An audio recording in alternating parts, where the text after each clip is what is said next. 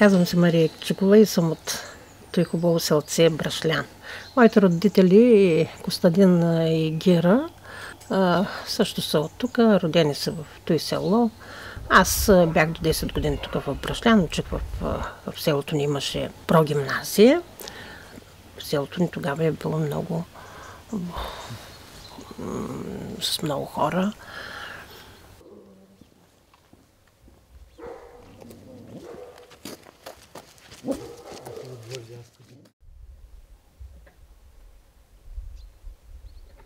Тук нашия пограничен район, не само нашият Странджански район, но и нататък към Родопите, изобщо пограничните ни райони, бяха с открити листи. Аз живеех в 61 година, се ожених и отидах в Созопол да живея. Моите родители си останаха в Малко Търново.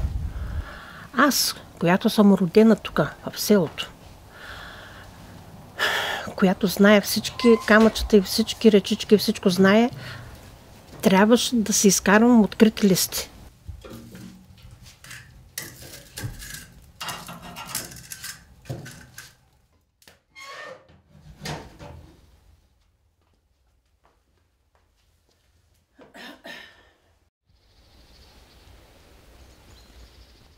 Тук имаме едно село на 10 на километра от Брашлян.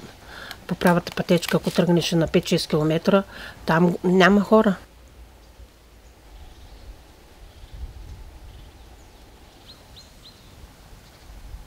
Ставата била по-нататък, но решили да в училището, защото училището е голямо, преместили училището и село беше много хубаво. И много голямо село беше, но шла е на заповед, че трябва да се изсели селото. Там на времето моята баба ми е казвала, че останал един дядо и той, понеже го хранеха там граничарите и им казал, сутрин ще загасам аз, защото имал един войник, който загасал и къщите ги държали здрави, не били съборени. Само и само да отсрещат турците да не разберат, че там няма хора. Сутрин загасал то, като вечер го палял. По къщите, по всички къщи ходили. И не знам за какво е била тая глупост. Е било едно шоу. Железната завеса не можеше да се премине така лесно. Затова идваха тук колко хора покрай границата ни са убити. И ние сме чували като малки, моите родители, бабите ни, като са казвали, пък и в селото, като се събират жените така, като седят в къщи, с нощи пак имаше големи гърмежи. С нощи пак ставаше нещо. И хората трепираха тук в селото. Защото когато имаше нарушение на границата, значи по самата полюса, дали има стълбове и там има мрежа и е пусната ток. И когато се наруши този квадрат, там на заставата знаят кой квадрат е нарушен. И като нарушен, тук около нашето село, този квадрат, тук имаше една дружинка от съвета, ги събираха и им казваха, че има тревога. Даваха ми карабините и отиваха на границата като граничари. Тези неща се казваха засади. Значи му казват, от тук е минал, вече там. От тук е минал, значи от тук ще мине, от реката, от не знам къде. Ти ще седиш тук, ти ще седиш тук и така. И после като свършише всичко, са си идвали тук и са отивали и са оставяли оръжието в съвета. Един случай бях чувала. Един братовчет на майка ми, на границата дядо му имаше кошарка. И той отиваше лятото да кара овцете. И вечерта останал там. По едно време, като взело да гърмят, да трещат пушки, шмайзери там какво. И той се оплашил и дядо му казал, мълчи, само мълчи и няма да мърдаш, няма да шаваш. Мълчи само, защото може и с нас да се случи нещо. И както да е усъмнало и като отворили, какво да гледат.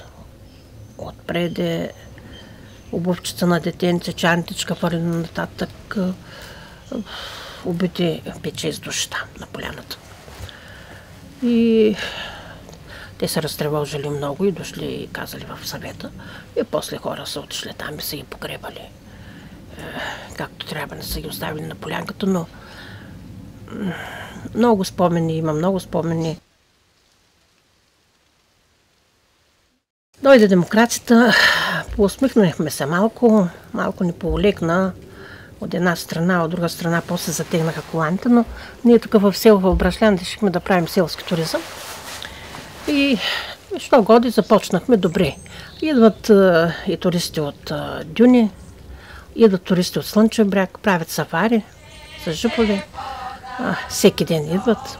И малко хората се посъживиха, малко някой лев страни се взимат некът сам пенсиите и мисля, че ще преуспее това наше начинание, защото гледам вече и селото нови къщички се правят и идват и млади хора.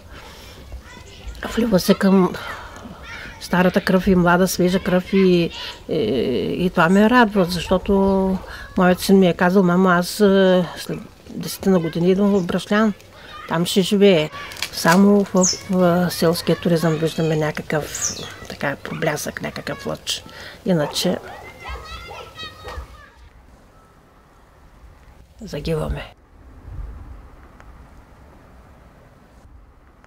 Като влизаш още в селото на разклона, има един знак – гранична зона. Си стои там, даже някои казаха да го махнат, но аз държа за Брашлян много и когато се събираме, и аз им казвам, че този знак не трябва да се махне. Нека да стои там, като идват нашите внуци да питат за какво е този ръждясъл знак, там за какво стои. Нека да стои паметник, да знаят какво е било тук. Защото тук е било откъснато. Уж в България бяхме откъснати от света и от всичко. Царя далеко, Господ високо.